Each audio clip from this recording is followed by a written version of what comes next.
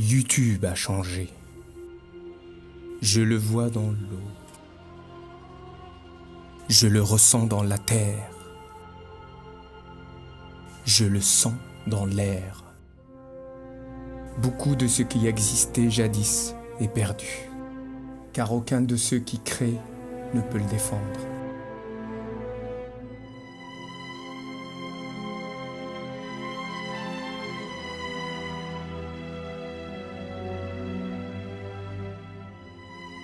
Tout commença lorsque les grands youtubeurs furent strikés.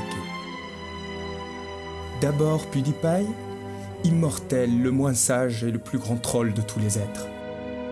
Ensuite les barbus, qui monétisèrent leur contenu extrémiste.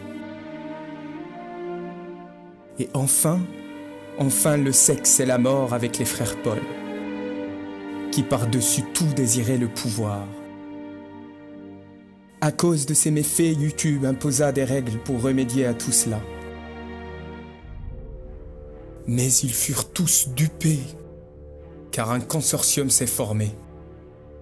Dans les couloirs des rédactions, dans les coulisses des plateaux télé, l'argent des grands annonceurs fomenta en secret un vil règlement pour remplacer tous les autres. Dans ces règles, il déversa sa cupidité, sa malveillance et sa volonté de censurer toute parole. Un règlement pour les appauvrir tous.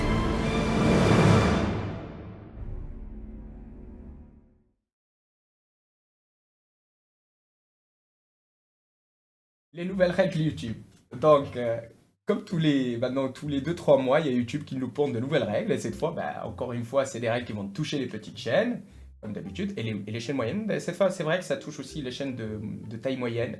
Donc, on oublie la règle des 10 000 vues uniques. A priori, on oublie, ou je ne sais pas si ça s'accumule avec, mais a priori, on l'oublie. Et on la remplace par une règle de 1000 abonnés. Il faut avoir 1000 abonnés et 4000 heures de watch time. 4000 heures, ça veut dire 250 000 minutes de vues. Et pas seulement sur les 12 derniers mois. C'est-à-dire que si vous aviez une chaîne qui a eu un succès il y a quelques années, mais que vous l'avez mise en stand-by pour faire des études, pour faire un voyage en Chine ou pour vous mettre chez les bonnes sœurs, et bien là vous revenez, vous n'avez plus la possibilité de monétiser votre chaîne. Alors dans sa grande générosité, YouTube nous propose 30 jours, c'est-à-dire jusqu'au 17 février, pour maintenir cette monétisation et donc dépasser ce seuil requis pour garder la monétisation.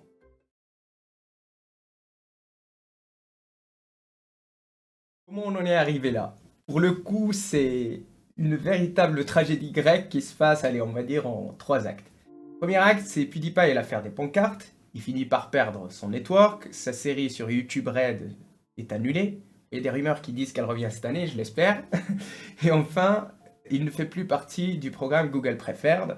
Donc c'est un programme qui réunit l'élite de YouTube. Ils sont en quelque sorte la vitrine de YouTube pour attirer les publicitaires. Les meilleures opérations publicitaires leur sont réservées et leur contenu est souvent mis en avant. Deuxième acte, c'est les vidéos extrémistes qui se sont retrouvées monétisées et avec une pub, des pubs de L'Oréal et de grandes marques dessus. Donc à partir de ce moment-là, il y a un consortium de publicitaires, de chaînes télé qui s'est retiré de manière massive de YouTube en exigeant de nouvelles règles. Mais là, YouTube réagit de manière complètement folle en exigeant en mettant des règles sur la vulgarité, sur le contenu sensible. C'est-à-dire que certaines personnes se retrouvaient démonétisées parce qu'ils ont parlé de l'année 90 et donc d'une certaine guerre qui s'est passée cette année-là, etc. C'est la folie. Les règles ont été suffisantes pour faire revenir quelques-uns, mais pas tout le monde. C'est-à-dire que les revenus restaient malgré tout faibles. En tout cas, pas aussi forts qu'avant. Et là, dernièrement, il y a eu le troisième acte, l'affaire des frères Paul. La première, ça s'est déroulé au mois d'août avec J'ai perdu ma virginité du Jake Paul. Il fait une vidéo avec sa copine à moitié nue. Or, son contenu était considéré comme du contenu kids-friendly, donc proposé sur YouTube Kids, etc. Il finit par perdre son émission sur Disney Channel. Son network Disney le lâche. Peut-être à Disney de se poser la question.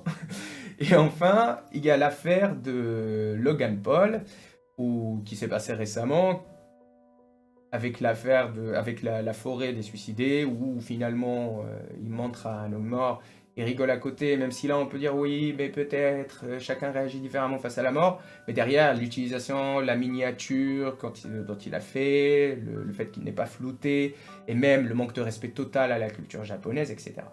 Voilà.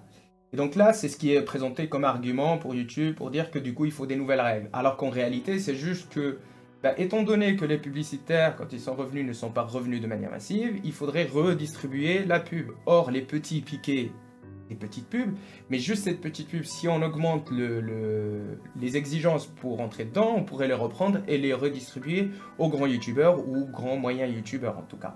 Donc finalement, il y avait beaucoup de gens qui se plaignaient d'ailleurs en disant ouais, moi j'ai fait rien de mal, etc. Et la pub n'apparaît pas, YouTube m'aime pas, etc. Alors que c'est pas YouTube ne t'aime pas, c'est juste qu'en fait YouTube n'a pas de pub à mettre sur toi. Point. C'était aussi simple que ça.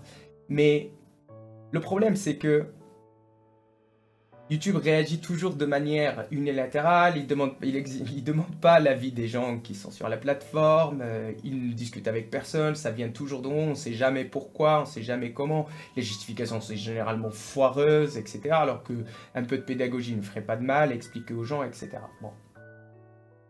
Et puis il y a aussi une espèce d'hypocrisie totale, parce que ça c'est présenté comme solution pour empêcher que le contenu extrémiste soit monétisé. Mais excusez-moi, mais comment, en demandant à ce qu'il y ait 4000 heures de visionnage, vous empêchez un contenu extrémiste d'être monétisé?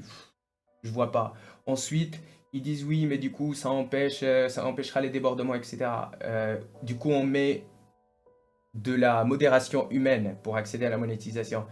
Mais est-ce qu'il y a quelqu'un qui croit que ce soit PewDiePie, que ce soit les frères Paul, etc., n'ont pas été modérés humainement avant d'accéder au programme de Google Preferred? Croyez quoi, qu'il y a un bouton, vous appuyez dessus, vous devenez Google Preferred? Bien sûr que non, il y a des gens qui sont intéressés à leur chaîne, ils ont été étudiés pour savoir comment on va utiliser leur image de marque, comment ils ont soigné, machin. Donc non, il y a déjà une modération humaine pour les grands. Et pour les petits, elle n'est pas faisable, parce qu'il y a des centaines de milliers de chaînes et il n'y a personne, il faudra embaucher la moitié de la Chine pour faire ça, c'est pas possible. Donc ça se fera toujours de manière automatique. Ça aura un impact sur la qualité, il faudra arrêter de mentir. Oui, il y aura un impact sur la qualité.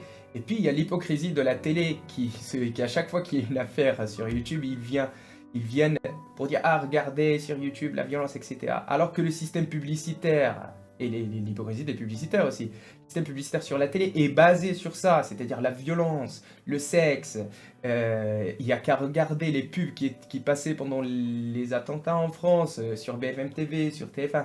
Le créneau de 20h reste encore le créneau le plus cher pour la publicité. Or, c'est le créneau de tout ce qui se passe, de toutes les guerres qui se passent dans le monde. Donc, ils n'ont aucun mal à monétiser la guerre, etc. C'est juste en fait une guerre qui se passe entre YouTube et la télévision, les médias traditionnels.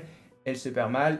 Enfin, YouTube ne gagne pas cette guerre pour le moment, c'est le moins qu'on puisse dire. Il n'arrive pas à récupérer les recettes publicitaires, donc il y a des grands youtubeurs qui se plaignent. YouTube n'a pas envie que ça se plaigne tout le temps, et puis il a envie de gagner plus d'argent. Donc ce qu'il fait, c'est qu'il diminue l'offre. Donc comme ça, les publicitaires devront se battre pour les créneaux, donc augmenter. Mais est-ce qu'il y aura un retour en arrière? Je pense pas. Je pense pas qu'il y aura un retour en arrière. Ensuite, quel impact sur le créateur ainsi que sur son contenu?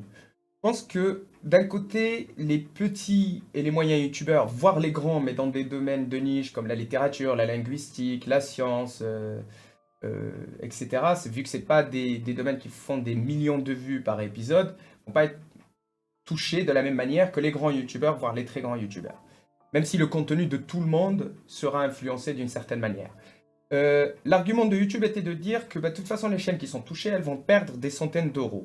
Une centaine d'euros par exemple quand on est un booktuber, c'est quelque chose parce que ça permet d'acheter quelques livres, à lire, à analyser, etc. Quand on fait du coloriage, ça permet d'acheter du matériel. Et même quand on a une petite, voire une moyenne chaîne de gaming, ça permet d'améliorer son écran, d'acheter un clavier mécanique, d'acheter des jeux à faire, des let's play, etc. etc. Donc, au final, c'est vraiment de la mauvaise foi que de dire que de toute façon, ça perd des centaines d'euros. Ben, des centaines d'euros, pour certaines personnes, c'est beaucoup. Et ça permettait, comme ça, de croître et d'avoir de l'argent qui rentrait, de réinvestir. Ensuite, pour le contenu en soi, je pense que moins de prise de risque, c'est sûr, parce que il faut que ça arrive quand même, cette monétisation. Donc beaucoup de gens vont vouloir que ça arrive et vite.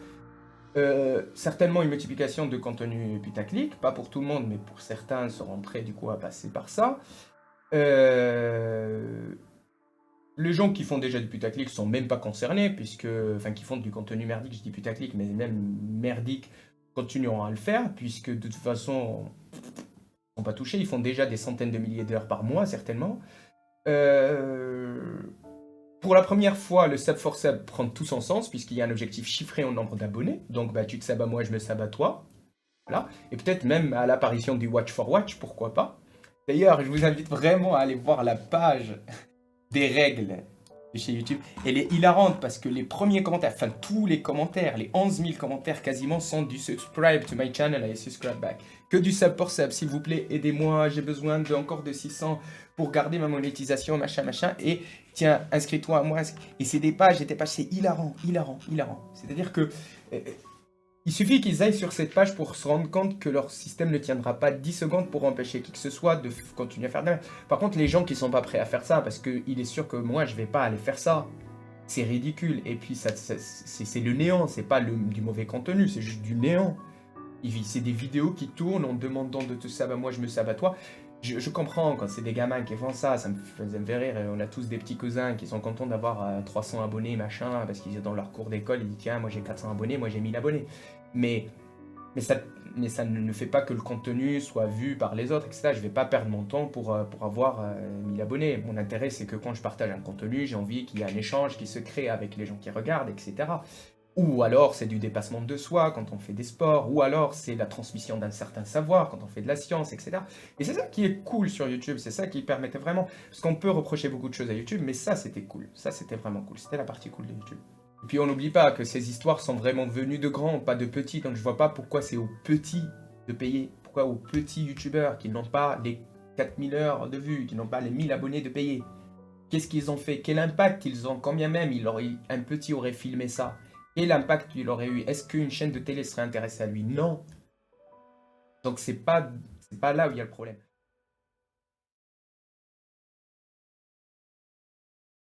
Malgré tout, il continue à avoir un moyen de gagner un peu pour continuer à créer du contenu sur Internet. Je vais faire une deuxième vidéo pour parler de ça, peut-être très courte et qui arrivera très très vite, peut-être demain, peut-être après-demain, j'en sais rien, le temps de faire juste le montage. Si vous n'êtes pas d'accord avec quelque chose que j'ai dit dans la vidéo, n'hésitez pas à me signaler dans les commentaires. Si vous avez des idées pareilles, pour ceux qui souhaitent, ils peuvent venir rejoindre sur le Discord, on peut en discuter aussi.